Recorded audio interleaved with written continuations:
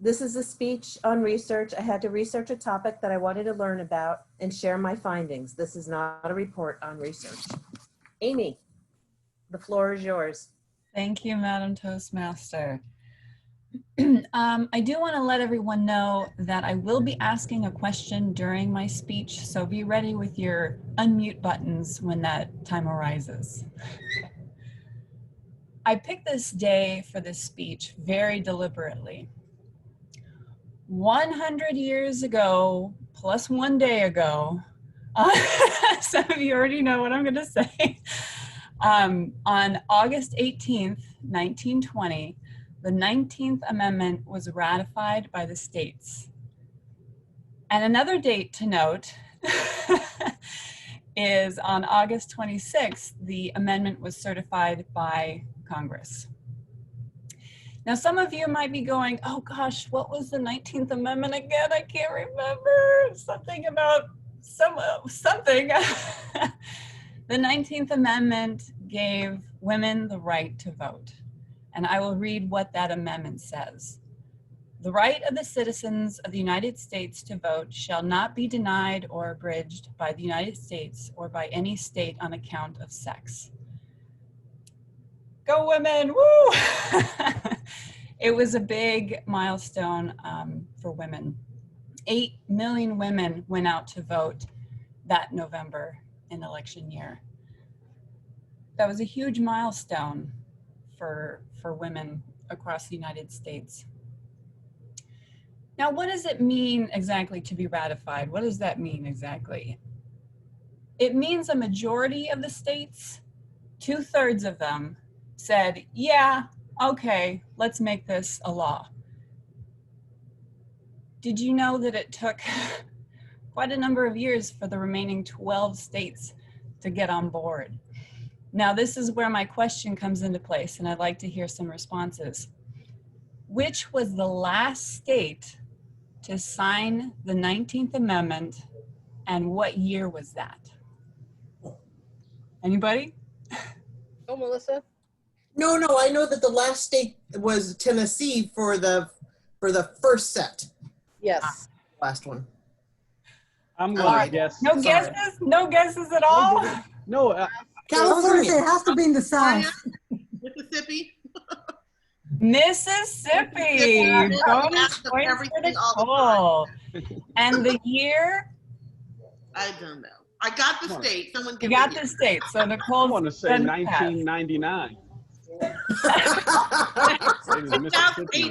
You know, you're really not that far off. 1984. Oh, wow. It took 64 years for the last state to say, okay, women can vote. That's disgusting.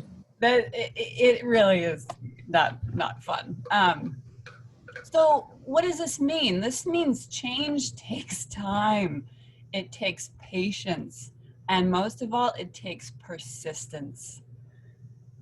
The women who started the suffrage, this really started in the 1820s. And it didn't get recognized on a national level until the 1840s. So it was 100 years before it was passed that women were struggling to get the right to be heard, the right to have a say, a vote.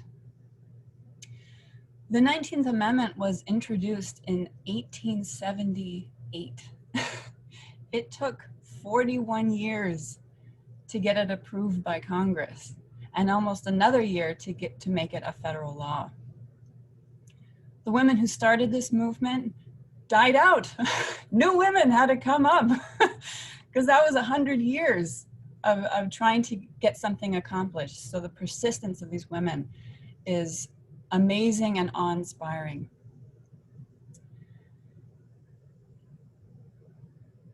Today, there are approximately 255 million people of voting age in the United States. You can just guess half of them are women. So that's 127 million women voters. Can you imagine 127 million people not being heard? That just seems a little outrageous. So voting is not only our right, but our duty, our obligation to these past women. They worked so hard to have their voices heard, but they also worked hard to have the next generations heard as well. Now, it hasn't been a smooth transition. It can be tough, but look, sometimes we have to reflect and see how far we've come to really respect and appreciate where we are today. We can't look ahead. The future is uncertain, but we can look behind and gaze and reflect and appreciate all the suffrage that women had to go through to get to this point today. So this coming November, have your voices be heard. Don't sit in the sidelines, and make a difference. Thank you. Woo, woo, woo, woo, woo, woo, woo. I concur. Thank you, Amy, for a lovely speech on a perfect topic given the 100-year anniversary. I would like to introduce our second speaker who's doing her icebreaker speech. Nicole, I don't know how to say your last name, Jacquet? Jacquet.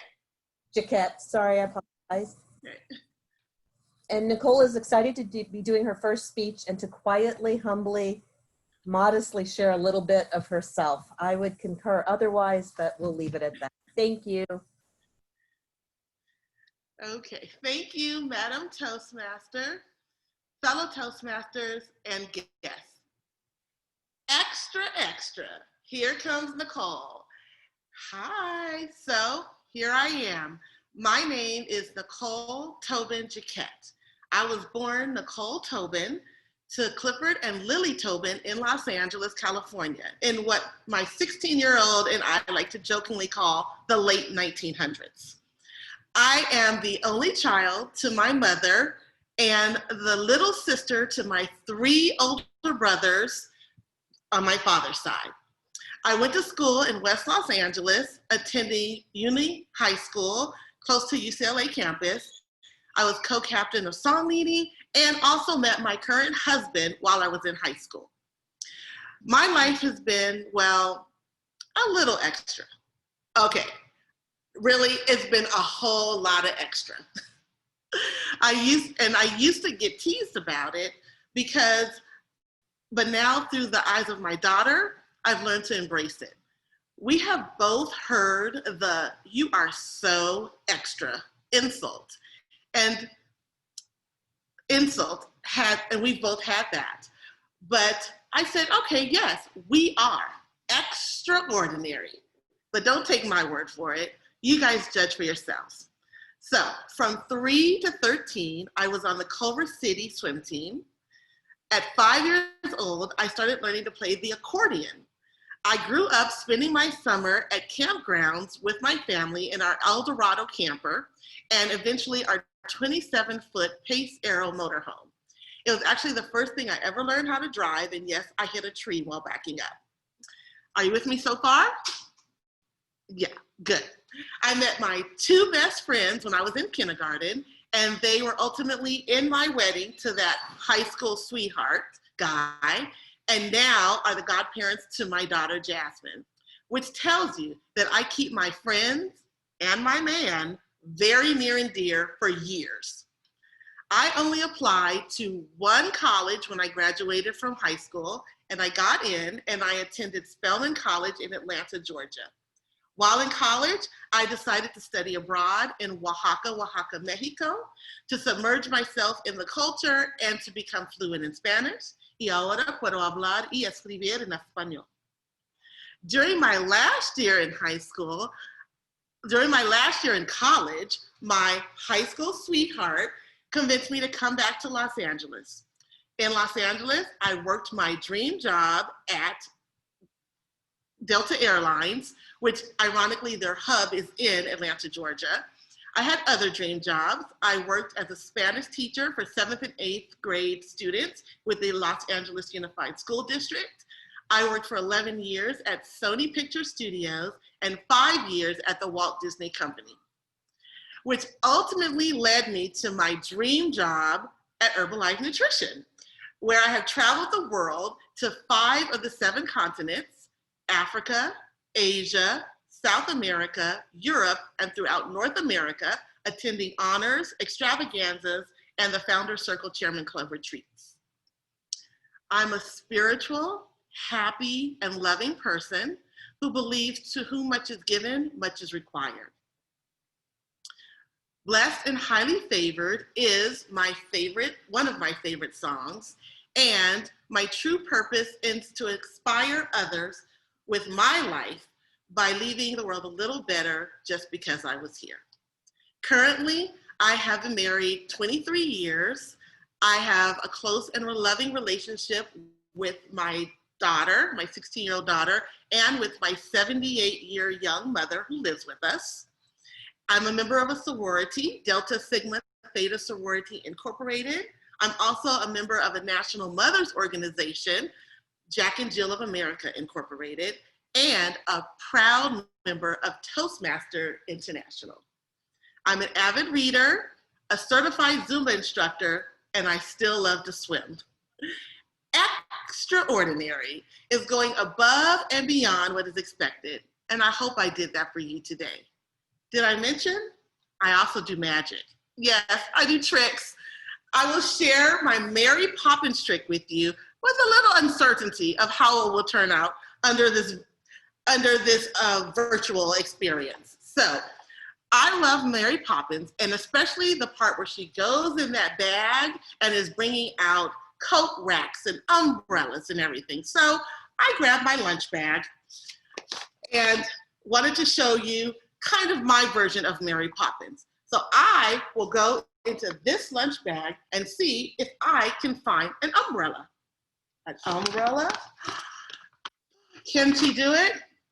Well, maybe not quite an umbrella, but a beautiful box of flowers in my empty bag. What about a coat rack? Let's see if I can go into this empty bag and find a coat rack. Not a coat rack, but another beautiful box of flowers. Okay. You think I can find one more? Let's see. In the bag she goes, trying to show you that I'm all the way in this bag. And let's see if she can find what she's looking for. And of course, a little technical difficulty on that. I dropped the bag, but one more thing. Thank you, Madam Toastmaster. That was extraordinary. Thank you, Nicole, for your icebreaker speech. And now, evaluator number 1, Tim, you will be evaluating Amy's speech. Please.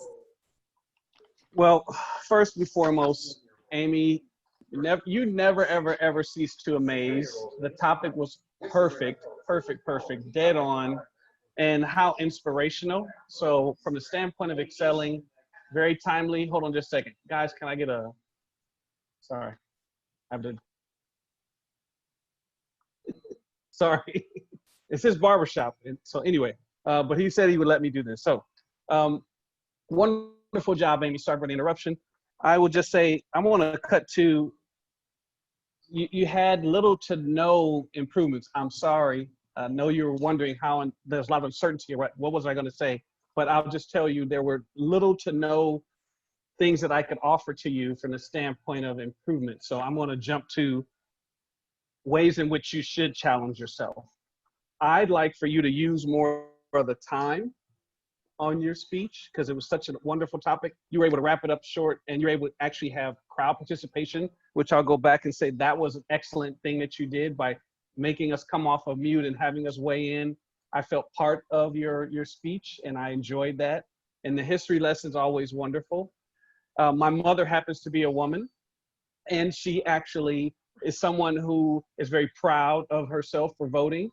I don't think she knows the history like you know it, but the reality is, given that we now have a female vice president on the ticket, not a possibility, this is how timely.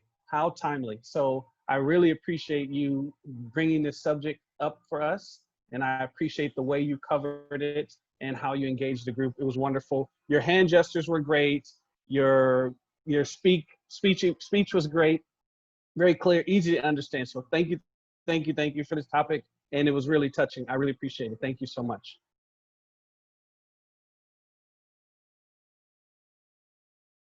Thank you, Tim, for your evaluation.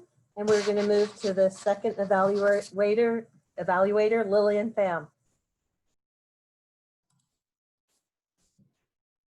Nicole, your speech was so endearing and exciting the whole time.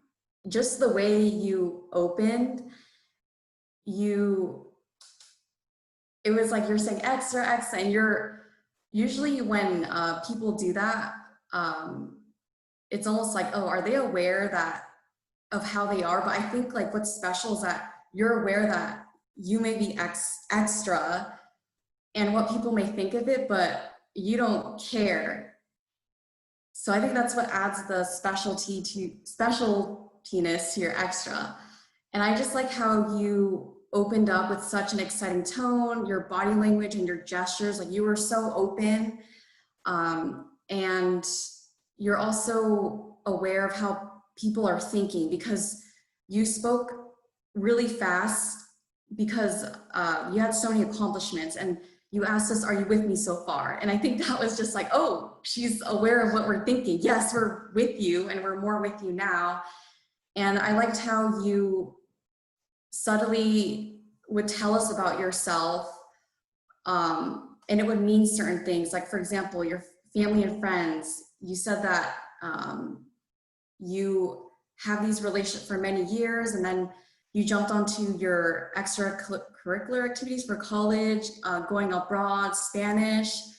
And it's like, what's unique is that you have so many activities, so much variation, but yet each one you're able to stay loyal to them. So with your Spanish extracurricular, you're able to turn that into a career, being a teacher, and then you went on to your other positions, again, a lot of various companies showing loyalty to them. And you said that you're spiritual, and then you even did a real life example of your magic. You know, it's like you went from like a list of like all your accomplishments, like this is me in this example. And I just thought it was really unique and beautiful. And you were smiling the whole time, and it's just like we were there with you and just so excited with you. And yeah, and then I just think all your varied accomplishments throughout your life and how you're able to say it so confidently was just so great throughout the speech. The only thing that I would say for you to work on, which was really hard to find in this speech, was to maybe tie up the end of the speech better. I mean, I don't know if it was just me, and maybe it was supposed to be left to our interpretation, but I think it would have been more solid if you had said an ending line to your demonstration. But that's really me just trying to think of something that you can improve on. I really thought your speech was great, and I just really felt your energy. It was so exciting, and I just can't wait to hear more from you. Thank you. Thank you, Lillian, for the lovely evaluation. We're going to move to the general evaluator, Daisy Lee. Thank you, Madam Toastmaster. Wow, how